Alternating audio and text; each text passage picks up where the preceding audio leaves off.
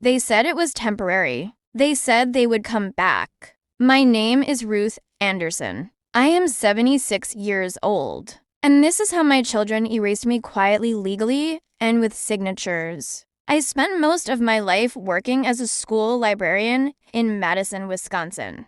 For 38 years, I shelved books guided children to stories that taught kindness, honesty, and something called family values. I believed in those values. I taught them.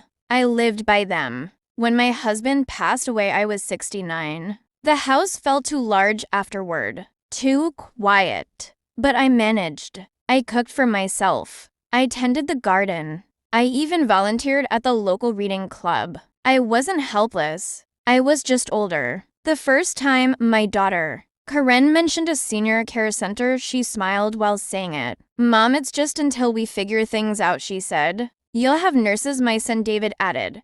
"Activities. People your age." People my age. As if age was a diagnosis. They brought papers. So many papers. Healthcare forms. Temporary residence agreements. Power of attorney documents. "Just sign here," Mom Karen said gently. "It's for your safety." I trusted them. Because that's what mothers do. The day they drove me there, I packed one suitcase. Clothes. A framed photo of my husband. A worn copy of To Kill a Mockingbird. David carried my bag inside. Karen hugged me tightly. "We'll visit every weekend," she promised. "Call us anytime," David added. I stood at the entrance, watching their car pull away. I believed them. The senior care center was clean. Quiet. Too quiet. The staff was kind, professional, efficient. But kindness from strangers feels different when you're waiting for family. The first weekend passed. No visit. Probably busy, I told myself. The second weekend came and went. Still nothing. I called Karen. Voicemail. I called David. Straight to voicemail. I left cheerful messages at first. Just checking in. "I'm settling well. Miss you." Weeks turned into months. My calls became shorter. Then they stopped. Birthdays passed. Holidays passed. Mother's Day passed. I received cards from the staff. Not from my children. One afternoon, I overheard a nurse whisper to another resident. "She's one of those," she said softly. "Dropped off. Never picked up." Those words stayed with me. Dropped off. Like an object. I began to notice patterns. Children signing papers. Parents crying quietly. Promises made at the door. Promises rarely kept. One evening, I asked the social worker a question I was afraid to hear the answer to. "Am I permanent here?" I asked. She hesitated, then nodded. "Yes, Mrs. Anderson.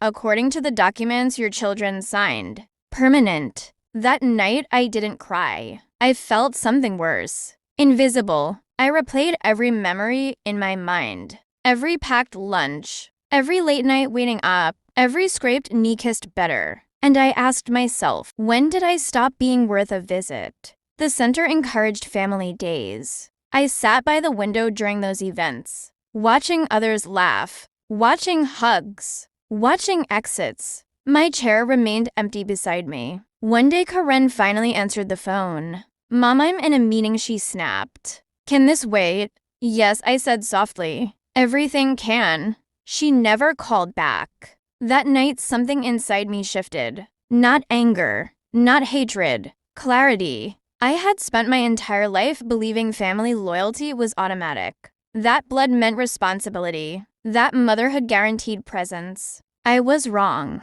I asked the center for access to the computer room. The staff hesitated, but they allowed it. I stared at the blank screen, and for the first time, I didn't write for my children. I wrote about them. I began typing a letter. Not angry, not emotional, just honest. A letter about how easily family values disappear behind closed doors. About how abandonment can be polite. About how signatures can replace love. I didn't know yet that this letter would go public. I didn't know it would go viral. I only knew one thing. If my children wouldn't speak for me, I would speak for myself. My name is Ruth Anderson. I am 76 years old. And this is the part of the story where my voice finally stopped whispering. The computer room smelled faintly of disinfectant and old carpet. There were only 2 computers, both outdated, both slow. I sat down, carefully adjusting the chair, my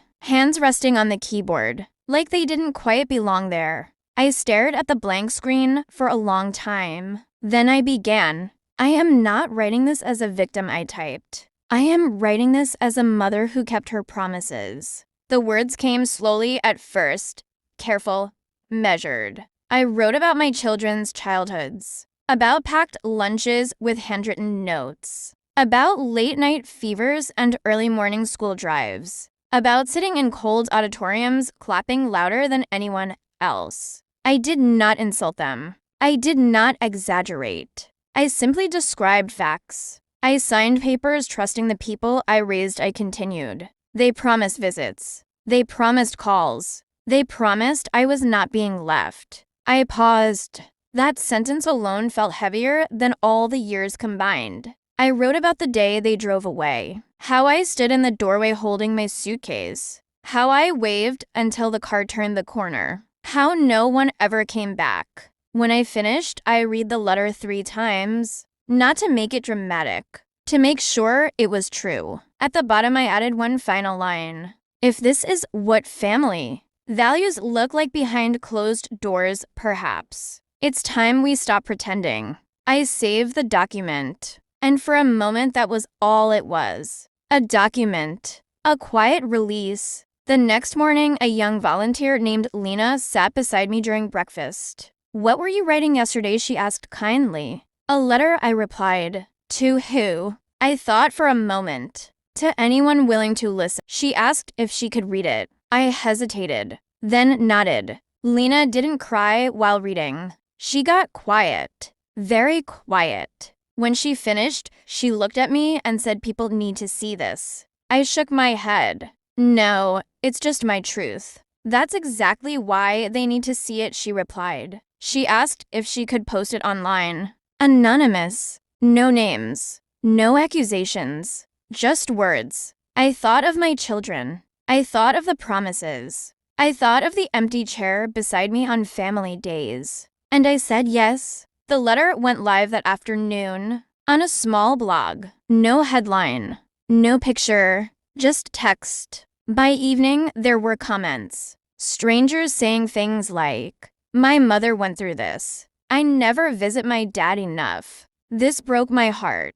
By the next morning, the post had been shared thousands of times. Someone added a title, A Mother Left Behind. The staff noticed the attention. The director asked to speak with me. Ruth, she said gently, do you realize what's happening? I do now, I replied. News websites picked it up. Social media accounts reposted it. People began calling the center, asking for me, and then my phone rang. Karen.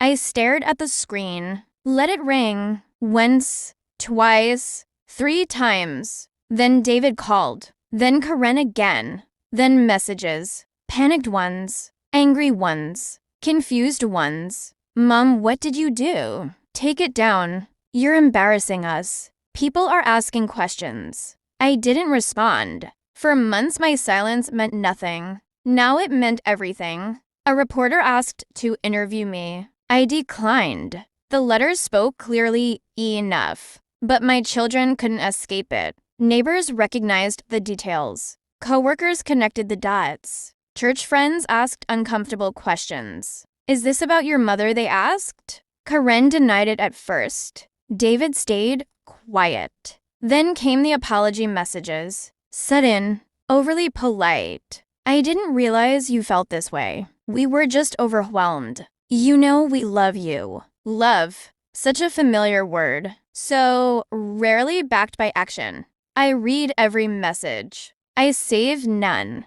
One afternoon, I received a handwritten note from someone I didn't know. It read, because of you, I visited my mother today. I held that note for a long time. I realized then, this wasn't revenge. This was accountability. I had exposed nothing but the truth. And truth, once spoken, doesn't need defending. The director asked if I wanted legal counsel. I shook my head. I'm not suing anyone, I said. I already got what I needed. That night, I slept better than I had in years. But the story wasn't finished yet, because when children are confronted with public truth, they must decide who they want to be. My name is Ruth Anderson. I am 76 years old. And this is how the story ended, not with revenge, but with truth. Karen and David arrived at the senior care center on a rainy Thursday morning. The receptionist called my room to tell me they were here. They're asking for you, she said gently.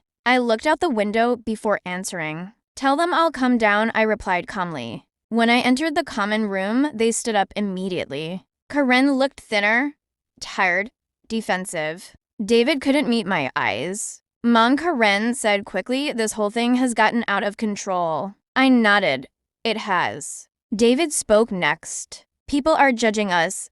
Neighbors, co-workers, church friends. They're all asking questions. I sat down slowly. Questions you never asked me, I replied. Karen sighed loudly. Why would you write something like that? You made us look heartless? I looked at her carefully. I didn't make you look like anything, I said. I described what happened. Silence filled the room. Uncomfortable. Necessary. We were overwhelmed, David said. You know that. I know you stopped coming, I replied. Karen reached for my hand. Mom, we never meant to abandon you. I gently pulled my hand away. Intent doesn't change outcome, I said quietly. They asked me to take the letter down. To fix this. To clear things up. I shook my head. There's nothing to fix, I said. The truth already did its work. Karen's voice cracked. Do you have any idea how humiliating this has been? I looked at her with calm clarity. Yes, I said. I do. I lived it. David finally looked up. We thought you'd be safe here, he said. We didn't think you'd feel forgotten. I leaned back. Safety without love is just storage, I replied. Neither of them had an answer. They asked if they could start visiting again. Weekly. Regularly. Now. I took a long breath. I'm open to contact, I said slowly. But not promises. Karen nodded. David agreed quickly. I won't erase what happened, I continued. And I won't pretend this didn't hurt. They listened. For once. The visits that followed were different. Awkward. Careful. Real. No big speeches. No grand gestures. Just presence. Some weeks they came. Some weeks they didn't. But I no longer waited by the window. The letter stayed online.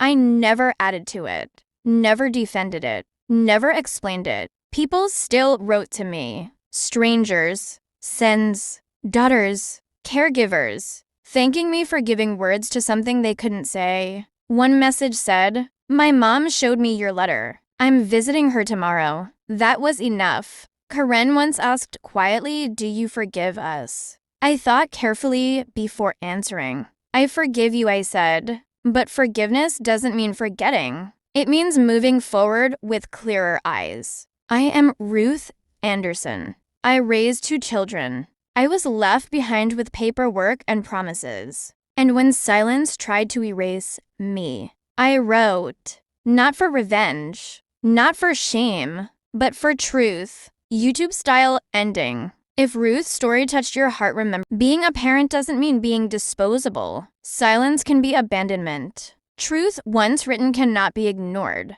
Like this video if you believe parents deserve presents, not promises. Subscribe for more real-life emotional stories. Turn on the bell so you never miss a story that matters. Thank you for listening. And if someone crossed your mind while watching this, maybe it's time to visit them.